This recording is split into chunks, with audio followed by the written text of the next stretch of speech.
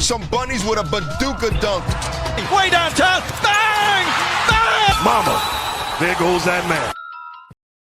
Welcome to A Tribe Called Swish. This your boy B Moore, back again for a new week. Sponsored by Southern Edge Fine Spirits. They have great tasting flavored vodka and whiskey. Check them out, but more on them later. Might even have a discount code for you this week. Like, subscribe, share. Don't be a hater your whole life.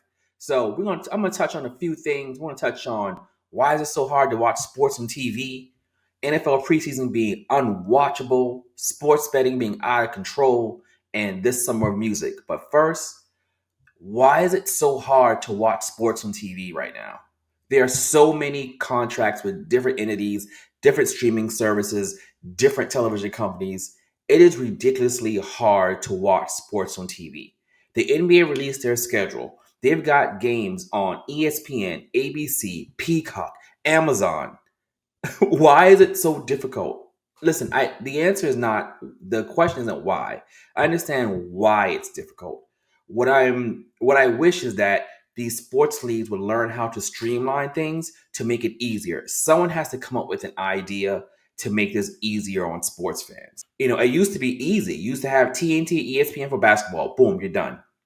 For football, it's getting even more complicated. You have to have all of these packages and it just becomes so expensive just to watch sports, which used to be free. And now it's so expensive just to watch the NFL. You've got, if I wanted to watch baseball, I don't even know where to go. Like, that's part of the reason why I haven't kept up with baseball as much, is that I don't know where to watch baseball. I barely know where to watch hockey at. And soccer, Lord, please. It's almost impossible as an American to try to watch soccer. There's so many different packages. So it's like, because for soccer, you have Peacock with the Premier League, you have ESPN that has La Liga, and then you have these random you have Apple TV that has MLS. It's just so complicated as a consumer just to watch sports.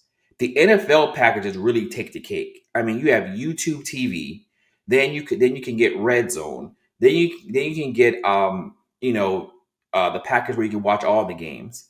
And then you have games on Amazon. You have games on CBS. You have you have games on ESPN or ABC.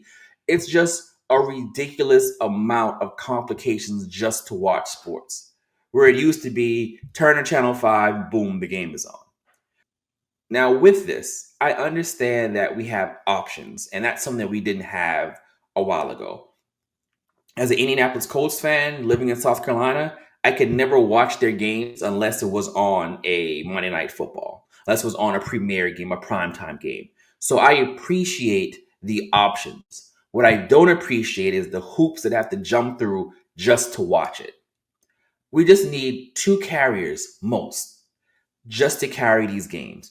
Or a simple solution where it's easier to switch from app to app. It's not easy from a consumer, and it makes watching sports so difficult.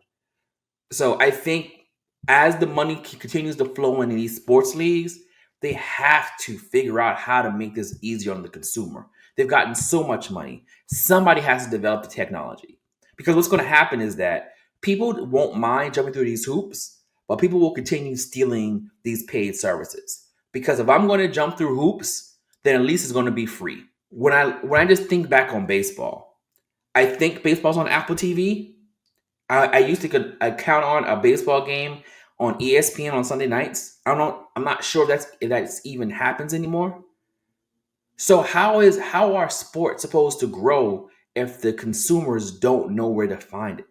I started getting into soccer 2 years ago, and it is a mess as an American. I assume it's easier in Europe since they're so rabid about it, but as an American, it is a mess. It is just subscriptions, apps, all these hoops just to try to learn about a game, just try to gain interest.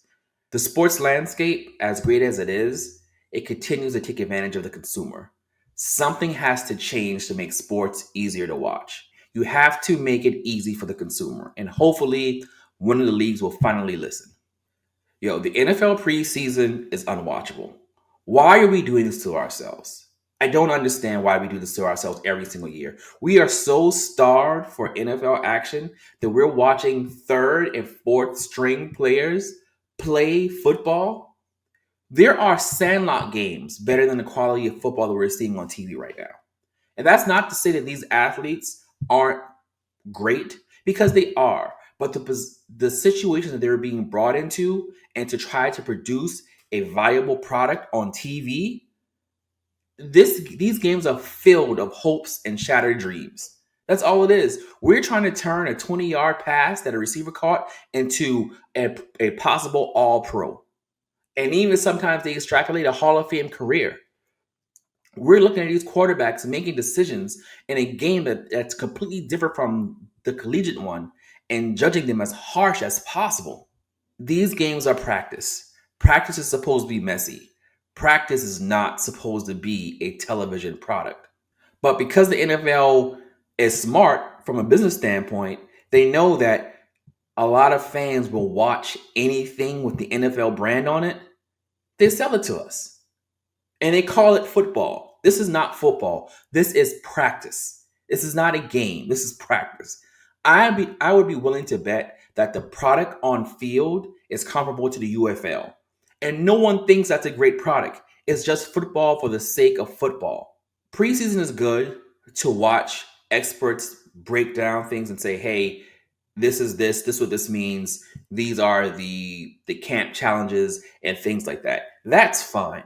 But I don't need to sit in front of my TV and watch random players from the University of Saskatchewan vie for a special teams position.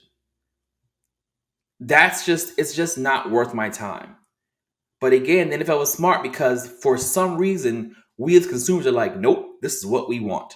And we have to stop letting these leagues give us terrible product and us being like, okay, yes, we're going to keep watching it just for the sake of watching football.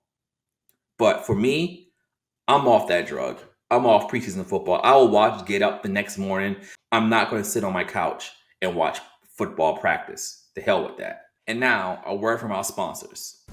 It's just a public service announcement. My people, it's your boy Chub Rock. And yes, you know me for Treat 'em Right. Just the two of us, Chubster. Yes. But now, on the entrepreneurial train, we're talking liquor now. My own liquor brand, Southern Edge Spirits. Telling you, go to your local store and ask for it. That sweet caramel whiskey. That sweet tea vodka. And of course, that passion berry tequila. Mix it with your favorite fruit juices. Make that boots on the ground with some green Hawaiian punch. That's right, Southern Edge Spirits. Black owned, black endorsed. It is us. I call it the FIBU. For everyone, by us. Your boy Chub Rock, baby. All right, Southern Edge Spirits. That salted caramel whiskey, sweet tea vodka, and of course that passion berry tequila. All brought to you by my Southern Edge family. You're going to see a lot of tastings coming up. You're going to see us endorsing a lot of parties. Southern Edge Spirits. Put it on your shopping list this summer because we here, baby. We outside. The Little League of America has had to put out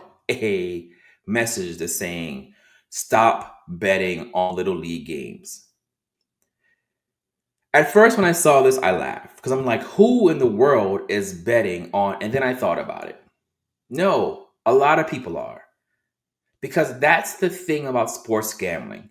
And it's something that we're going to have to start looking at closely, is that once you open that Pandora's box of sports betting, it can go anywhere. There may have been a reason why it was so tough getting this legalized. Let's not even go at first to the fact that the players might start throwing games and shaving points. Let's ignore that point. But the ease and access to sports betting has possibly made it worse than we've ever seen. The fact that you can open your phone and place a wager on anything may be a bridge too far. And I am not against sports betting. I'm for it. And with anything, as I discussed in the prior topics, I'm all about ease of use.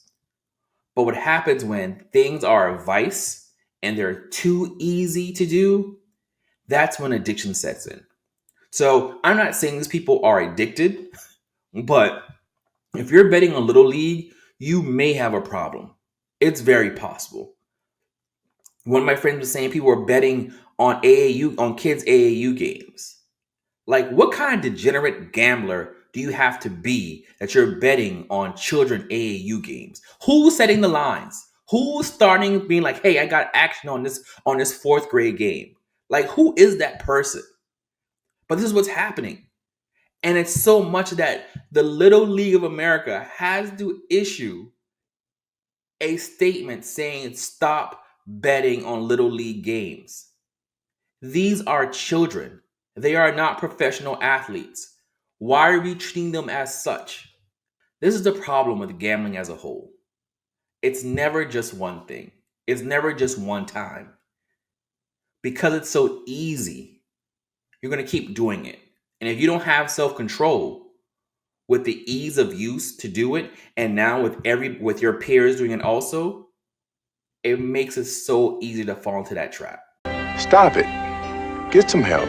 You should not be betting on Little League. Let's cut this out. It's ridiculous. It's just not something that we should be doing. Lastly, this summer of music is one of the best ever.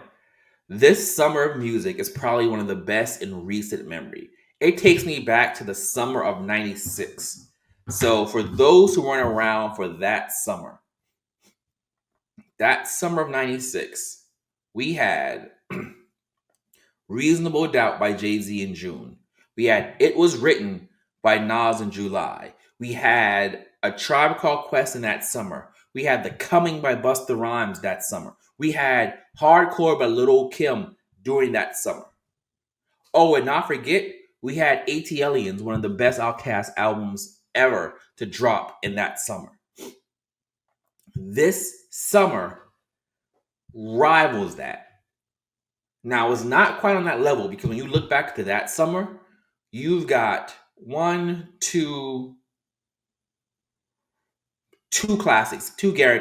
three guaranteed classics with ATLiens, It Was Written, and Reasonable Doubt. You have three guaranteed classics. This summer, not as many classics, but high quality music. You've got Let God Sort 'Em Out, which I am on the fence of calling that a classic. I'm really close. I haven't got there yet. I don't think it's been enough time. I have to sit with it some more. You have Freddie Gibbs, Alfredo. Freddie Gibbs and Alchemist, Alfredo 2. Great album. You have Larry June and Cardo, Until Night Comes. Really good album. You had Jid. He dropped his album, JID. You have Benny the Butcher, Summertime Butch 2, which I don't think is getting enough play and getting enough credit how good that album is. It starts off kind of slow, but from track 3 to the end, it's a burner. Benny is in rare form on that album. And then we still have Conway is going to drop an album at the end of the month. We have Ghostface dropping, I think, this week. And we have Westside Gunn. He made an announcement he's going to drop on the 28th. Just this month, we have 3 albums, 2 from Griselda and 1 from Ghostface of the Wu. So just this month, it's gonna be wild. Not to mention we had Raekwon drop last month, whose album was good. Not great, but still a good entrance into the summer. I really wish you would stop with the AI videos. I think that's been a huge misstep in this whole rollout because those videos don't connect with me. And I've been a Raekwon fan since, he came on the scene. But those videos from him don't connect with me. They don't resonate. By the looks of the comments, I'm in the minority, so hey, let it rock. But this has been a great summer for music. The Clips is easily the other front runners for running the summer. But Larry June and Freddie Gibbs' album are really good. Alchemist put his foot in Freddie Gibbs' album. That's just an amazing body of work. Jid's album is good. For me, it's a slow burn. I think the Clips feature was good. I think Westside Gunn added something. I don't view it as high as others have. I'm not the biggest JID fan, but I recognize he is a great rapper. And great rappers can only put out good albums, and that's what he did from the few listens I've given to it. One of the things that I do like about this summer is that it's not being monopolized by the big legacy artists, right? So there's no Jay-Z album coming. Wayne came and went in June because everyone said it was awful. There's no Eminem album coming. There's no Nicki Minaj album coming, even though she's talking a lot on Twitter. You know, none of the big selling artists are taking up the oxygen. We have, outside of Clips, they're really the only quote unquote legacy artists because they've been around since the early 2000s. But everybody else are relatively new. But all in all, this has still been one of the best summers of music in recent memory. And I appreciate all the artists who are actually crafting great albums and making me feel like they care about the art. Nothing has been better. So thank you to the artists. Again, the Clips still running the summer for me. I still go back to Let God Sort Them Out. But Summertime Butch too, and Freddie Gibbs still stays in rotation. And shout out to Freddie Gibbs and Benny. Supposedly, hopefully, squashing the beef. We'll see. I guess to be determined, but that's the rumor. But again, great summer of music. Check out all the albums I mentioned. I think all of you guys will probably love it. So with that said, this is Be More signing out. Like, subscribe, share. Don't be a hater your whole life. Peace.